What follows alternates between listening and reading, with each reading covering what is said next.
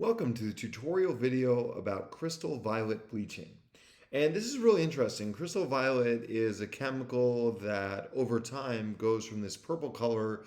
When the reaction is taking place, it will change color to being colorless.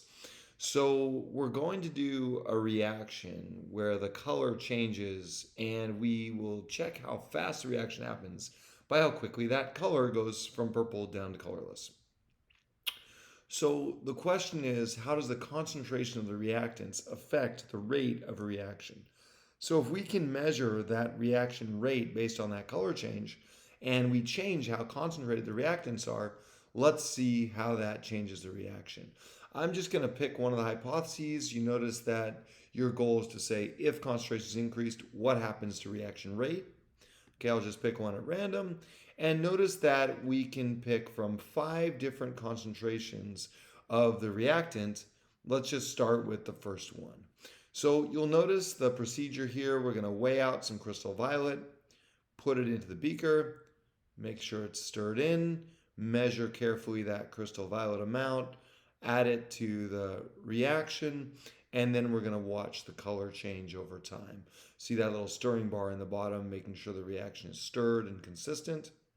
Okay, now this is one of these interesting chemistry experiments where we have to track this color change. So we're using this color bar and it starts pretty dark. So let's start right at the top here. And just trying to match this color to the color in this color bar is what you're trying to do. So each time you click, a little bit of time is going by. Okay, just a few seconds, and you're changing that color. So let's see if we can get sort of a good measurement of the color over time. Now, this is pretty difficult to do consistently, right? As I click, there's a lot of error or variation in the color. That looks like about right there. This maybe about right here, right? So really just do the best job you can. Just know that there's going to be some error in your measurements. Now it's starting to bleach out almost to the yellow. So I should be down here, right? And you're going to get this sort of curve over time. It's not going to be a perfect line or a perfect shape of any kind because it's based on how I'm clicking. But I do know that if I save this up into my box right here, and then I compare the different concentrations, I should see them increase, decrease, or stay the same depending on what is going to happen based on that change in concentration.